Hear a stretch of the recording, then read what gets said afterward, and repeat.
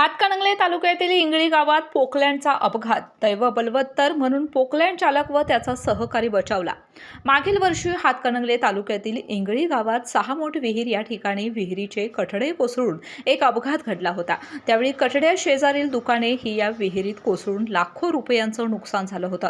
सुदैवाने या अपघातामध्ये कोणत्याही प्रकारची जीवितहानी झाली नव्हती। ही कचलेली विहीर रस्त्यालगत असल्यामुळे रस्त्यातील काही भाग या विहिरीमध्ये कोसळला होता। त्यामुळे गावकऱ्यांना वहिवाटीसाठी अनेक अडचणींचा सामना करावा लागत होता। यावर उपाययोजना म्हणून या विहिरीच्या संरक्षण कठड्याचे काम सुरू होते।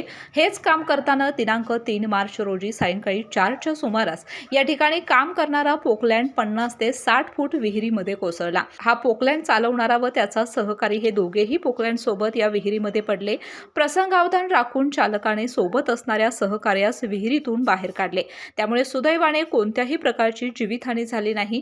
केवळ दैव बलवत्तर म्हणून चालकाचा व त्याच्या सोबत असणारा सहकारी या दोघांचा जीव बचावला। केके न्यूज साठी प्रतिनिधी सुलतान नदाब। डॉक्टरांनी ऍडमिट होण्याचा सल्ला दिलाय, पण स्पेशल रूम परवडत नाही। मग टेन्शन घेऊ नका।